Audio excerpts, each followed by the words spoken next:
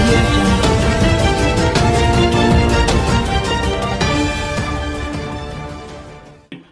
ఇంకొక పక్కన ఈరోజు ఇక్కడ చూస్తే ల్యాండ్ పర్చేస్ స్కీమ్ కింద ఈ గ్రామంలో కొంత చేసి ఎస్సీలకు భూమి ఇవ్వాలని చెప్పి కోరారు. అది కూడా ఈ సంవత్సరం అయితే 175 కోట్లు పెడుతున్నాం. ఈ గ్రామంలో కొనమని చెప్పి కూడా ఆదేశాలు ఇస్తున్నానని చెప్పి కూడా నేను మీకు తెలియజేస్తున్నాను. ఇది కాకుండా ఇక్కడ రామాలయం గోపురం కావాలన్నారు 5 లక్షల రూపాయలు. అది కూడా శాంక్షన్ చేస్తున్నామని చెప్పి కూడా నేను మీకు తెలియజేస్తున్నాను.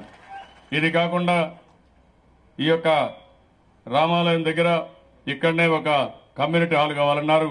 ఒక 20 లక్షల రూపాయలు కావాలన్నారు. అది కూడా ఇచ్చి కమ్యూనిటీ హాల్ కూడా కడతామని చెప్పి కూడా నేను మీకు తెలియజేస్తున్నా.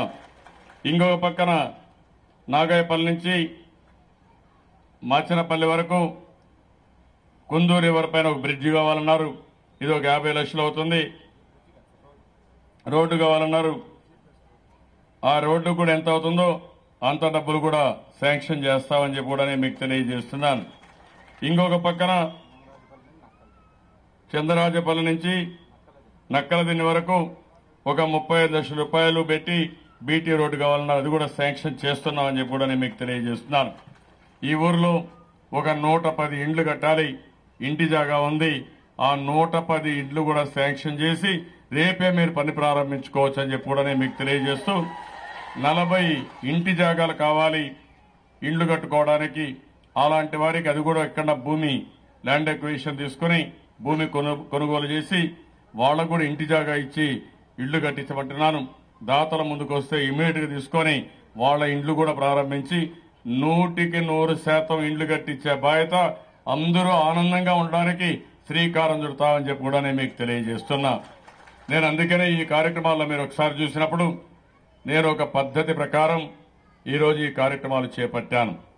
4 సంవత్సరాలు కష్టపడ్డాం కాబట్టి గ్రామాల రూపురేఖలు మార్చాం. మీ అందరికీ కూడా టెక్నాలజీ ఉపయోగించి ఎవ్వరికీ ఇబ్బంది లేని పరిపాలన. ఒకప్పుడు దెయ్యాలు కూడా పింఛన్లు తీసుకున్నాయి కాంగ్రెస్ హయాంలో. ఇప్పుడు దెయ్యాలు లేవు. పింఛన్లు మనుషులే తీసుకుంటున్నారు. బతికుండే వాళ్లే డబ్బులు తీసుకునే పరిస్థితికి వస్తున్నారు. మీరందరూ సహకరిస్తే ఇంకా బ్రహ్మాండంగా పనిచేస్తాం. మీ ఆశీస్సులు కావాలి. మీ సహకారం కావాలి. అందరంగా ఇదే మార్గం ముందుకు పోతే బ్రహ్మాండమైన ప్రగతిని సాధించి దేశంలో అగ్రస్థానంలో మనం ఉంటాం. ఆనందంగా ఉంటాం. కేంద్రం డబ్బులు ఇవ్వాలి, మనకు సహాయం చేయాలి. విభజన చట్ట హామీలు గాని ప్రత్యేక హోదా గాని దీనికోసం ఒక పక్క పోరాడాలి. మీరు కూడా సహకరించాలి. కొంతమంది నాటకాలు ఆడుతున్నారు. వాళ్ళ ఆటలు సాగవని మనం ఎక్కడికక్కడ ఎండగట్టాల్సిన అవసరం ఉంది. మళ్లీ ఈ రోజు ఇక్కడే నోడల్ ఆఫీసర్ ఉన్నారు. మీ దగ్గరుండే పిటిషన్లు ఏమన్నట్టు తీసుకుంటారు. అర్హులందరికీ పింఛన్లు ఇమ్మన్నాను. ఎందుకంటున్నానంటే మీరు ఒకటే గుర్తుపెట్టి రాజకీయాలు లేవు ఇక్కడ. నాకు పేదవాళ్ళంతా ఒకటే.